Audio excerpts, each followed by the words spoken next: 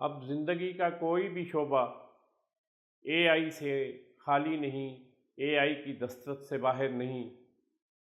اور اگر سرکاری ادارے بھی اس کا ادراک کر لیں تو اس سے اچھی بات کیا ہو سکتی ہے۔ اب آپ طالب علم ہیں زبان و ادب کے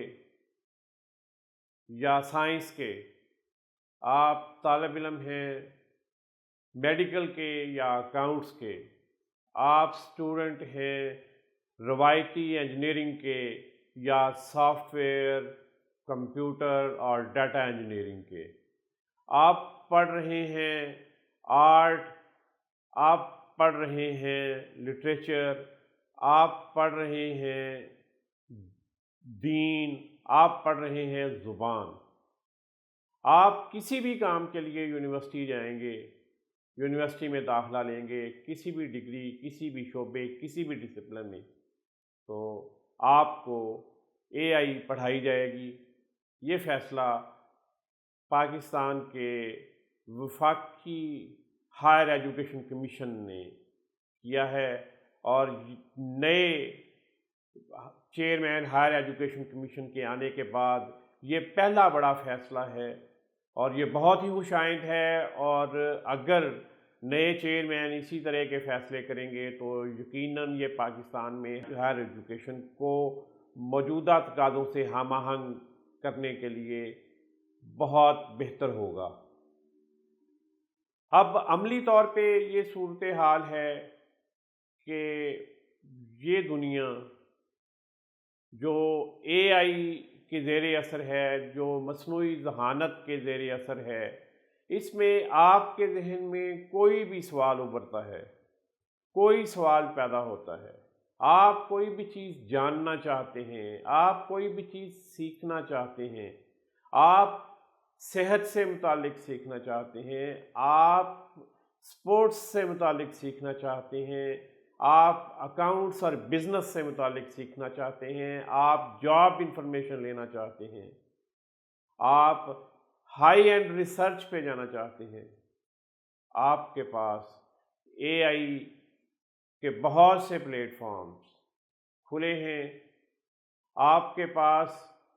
درجنوں لائبریریاں،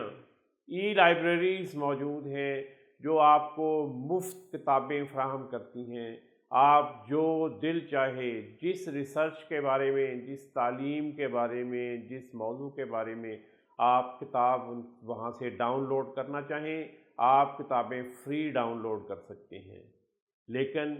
تمام لوگوں کو اس بارے میں علم نہیں کہ یہ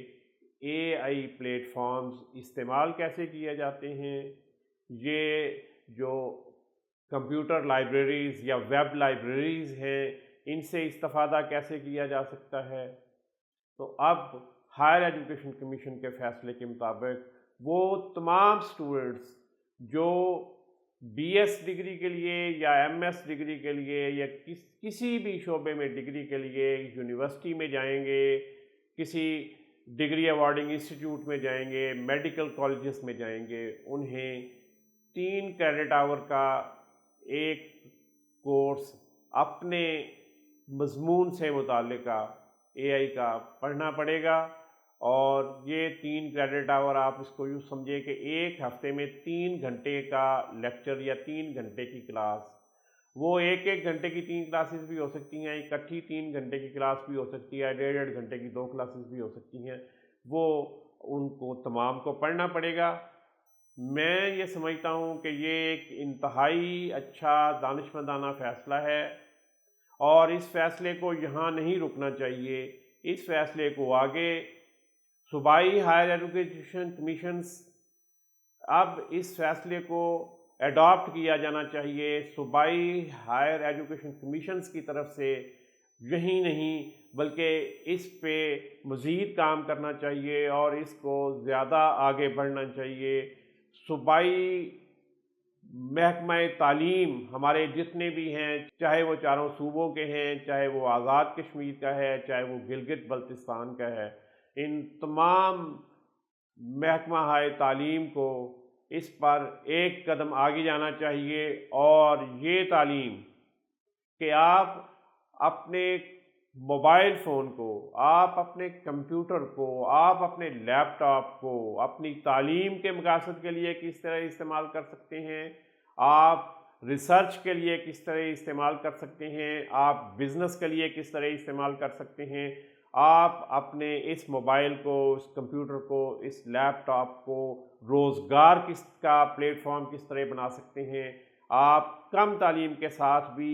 زیادہ پیسے کس طرح کما سکتے ہیں۔ یہ تمام موضوعات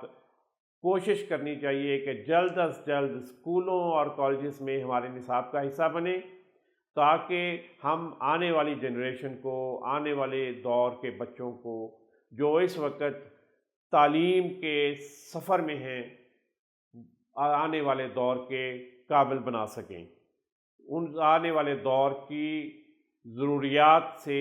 ہم آہنگ کر سکیں، آنے والے دور کی تعلیم سے، آنے والے دور کے روزگار سے، آنے والے دور کے بزنس سے، آنے والے دور کی ٹیکنالوجی سے ہم ان کو ہم آہنگ کر سکیں، ہم ان کو یہ سکھا سکیں اور یہ بتا سکیں کہ یہ موبائل فون جس کو آپ اس وقت محض گپ شپ کے لیے، محض کمیونیکیشن کے لیے، محض دوسروں کا کانٹینٹ دیکھنے کے لیے استعمال کر رہے ہیں، اس کو آپ کس طرح اپنی تعلیم کے لیے، اپنی تربیت کے لیے، نئی ٹیکنالوجیز سیکھنے کے لیے، بزنس سیکھنے کے لیے، تعلیم میں آگے بڑھنے کے لیے،